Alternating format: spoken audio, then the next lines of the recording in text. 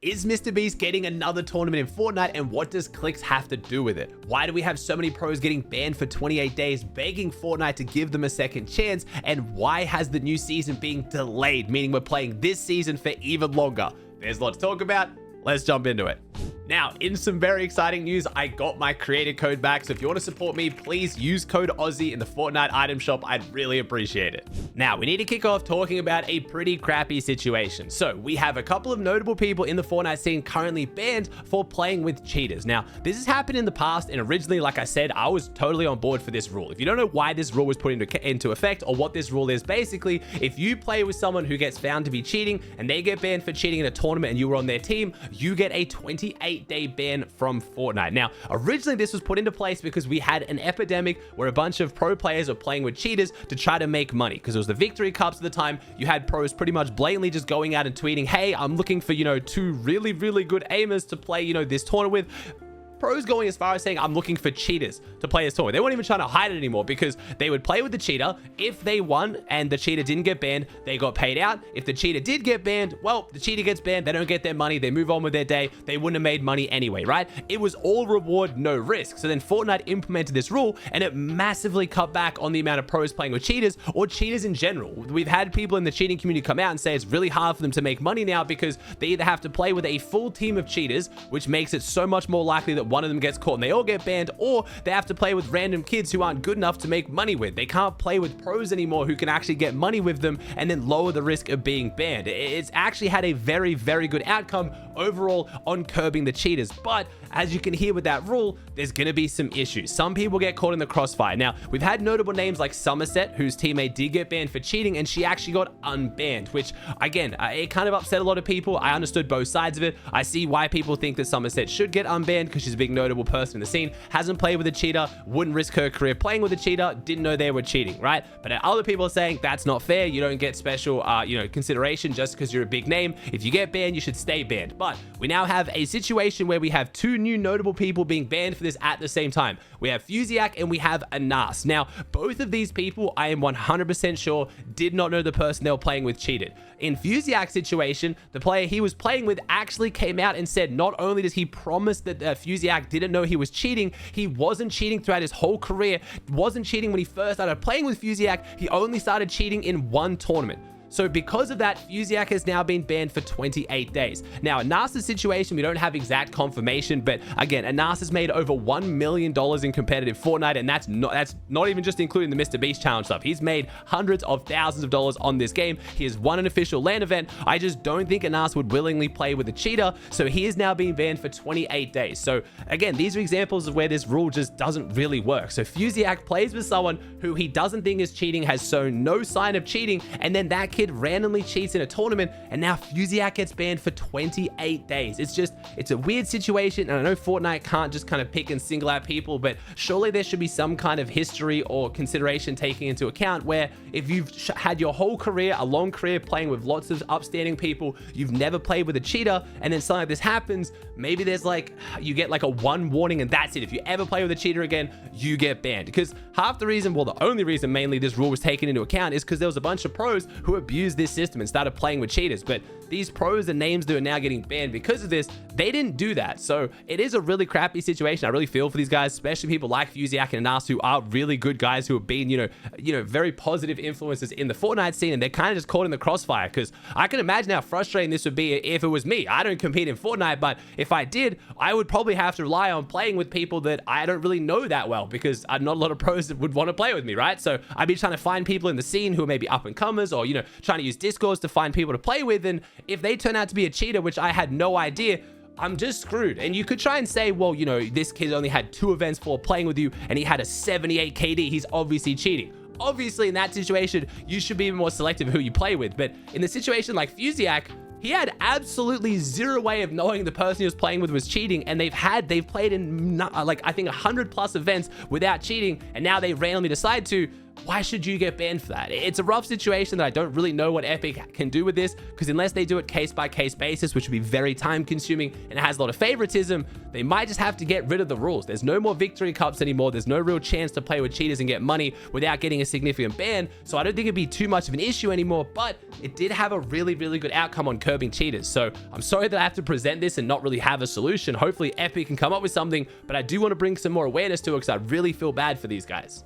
On a more positive note, we potentially have one of the OGs, one of the GOATs coming back to Fortnite, Mero. And I know you guys have been burnt a lot in the past. You've heard Mero coming back a whole bunch of times. I've heard it. I've honestly gotten over it as well. I love Mero to death. He's retired and unretired like 10 times at this point. But him and Dukes both did a stream of Fortnite for like 5 or 6 hours, and they were even playing pro scrims. So I think there is a very good chance we see Mero and Dukes back in the game. Dukes has been competing alongside Bucky, which I've already talked about, but having Mero come back now and stream Fortnite and play scrims is a very, very good sign. We could see Mero trying to make a pro run again in Major 3. He didn't say too much during the stream, didn't lead on too much, but the fact that he managed to play the game and stream it for over 5 hours playing scrims has to be a good sign. I don't just bring it to you guys every time Mero says he's coming back, every time he makes a tweet, but him actually on the game, grinding, playing with other pros, he played the scrims with the Omzo, is a very, very good sign. Let's hope we have the controller GOAT back, and I hope he sticks around. I hope he grinds properly, because right now, Reet is the only controller player qualified to land from EU and NA, and it's not looking like there's too many other names that are even close. We really need some of the GOAT controller players back, because it's looking really, really rough out there for controller players.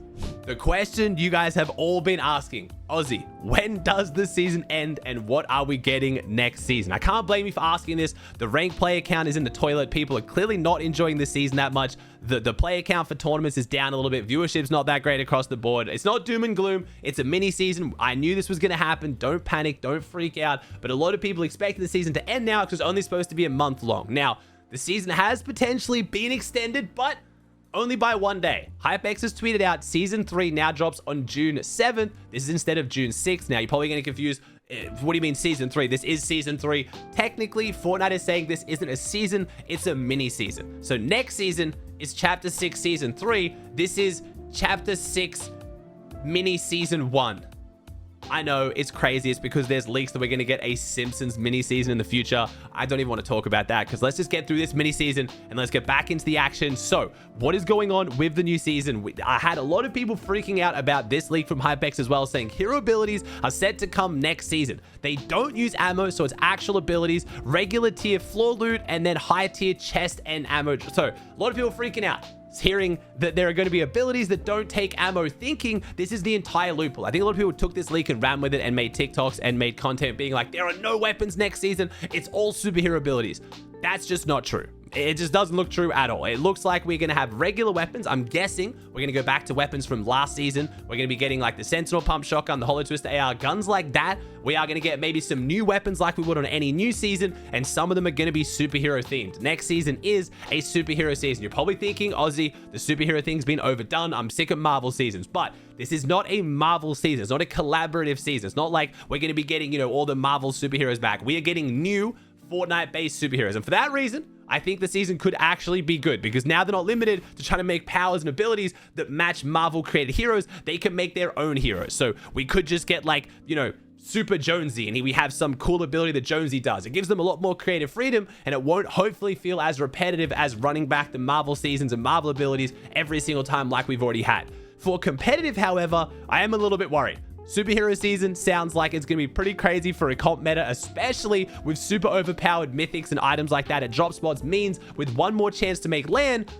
that's going to be very interesting. It looks like some drops are going to be considerably better than others. I'm just guessing here, but every time we have a superhero season, there's always one mythic or one item that is absolutely ridiculous and makes one POI the best POI. When you've got regions like NA right now, where there's only 2 land spots left up for grabs, if Alex's team and King's team come from Brazil, that means there is 7 land qualified teams on the region, and there's only 2 spots left. That means unless you want to contest a land team, you're going to have to go for like the 8th or 9th best drop on the map and still try to get top 10 from that. So it's going to be an interesting season. I think the storylines are going to be crazy. I think it's going to be super, super competitive to get the land spot. But if I'm one of those tier 1 pros who don't have a land spot right now, we have Booga's team, Kanata's team, Muzz's team, who's now playing with Booga, a bunch of stuff in the mix, Rise.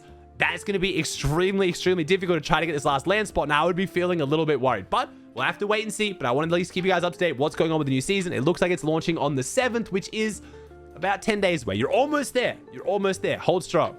So, what is going on with Clix and Mr Beast? Is there a tournament? Are they getting new icon skins? There's a bunch of rumors going around. I want to kind of show what we know and what we don't know. Now, to clarify, I have zero actual clue. I haven't been told anything. I didn't even know there was an announcement until Clix posted about it. I know I was involved in his icon skin. A lot of you guys got mad saying, oh, you lied to us. I never lied to you. I never said I didn't know what it was. I just didn't tell you that I knew what it was. But this time, I have no idea. I have no clue what is going on. But we have a few clues. So, Clix tweeted out a video saying Wednesday, 4 p.m. EST, be there. Now, he also talked about this announcement on stream. Clix described that he is going to be getting flown out potentially on a private jet to somewhere for 4 days, and he's going to be playing the FNCS Showdown from there. Now, Mr Beast replied to Clix's tweet with the S000N, like his icon skin announcement, so Mr Beast is obviously involved. Now, we now know 3 other people are involved as well: Lacey, Marlon, and Faxity. Now, Lacey apparently has let leak that he is going to North Carolina for this event, which confirms it's Mr Beast. There's 2 things in North Carolina that are important: the Epic Games headquarters and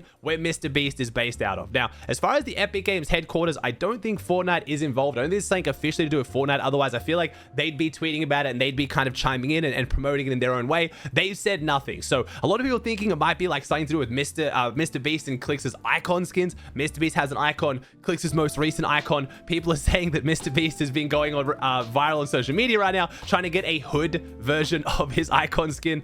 I don't think it has anything to do with that. I think it's something completely different. Now, Clix describes how that he has to be, unfortunately, there for FNCS Showdown. I think he's saying because of this thing's gonna be terrible. I just think that the FNCS Showdown, him playing in the tournaments, has nothing to do with the event. I think he just has to play it from this location because he's filming and doing other things as well. So that kind of gives us a little bit of a clue. Now, again, North Carolina is gonna be pretty bad ping to Central as well, which is probably one of the main reasons why Clix is not super happy about having to play the tournaments from there, but I don't think it has anything to do with that. Now, the fact that Lacey and Faxity both replied with basically the exact same thing does kind of make me think it's something that's sponsored. It's quite often something you'll see that, you know, sponsors will require of people involved. They have to like reply and hype things up, and they'll usually say it in a very specific way. They can't talk how they would normally talk. It could just be that Lacey and Fax want to let people know they're going and make it very clear, but they do seem like kind of a bit strange replies from Lacey and Faxity. Now, the fact that Marlon's involved especially makes me think that it's not just purely Fortnite related, right? I don't think he's ever had anything to do with Fortnite.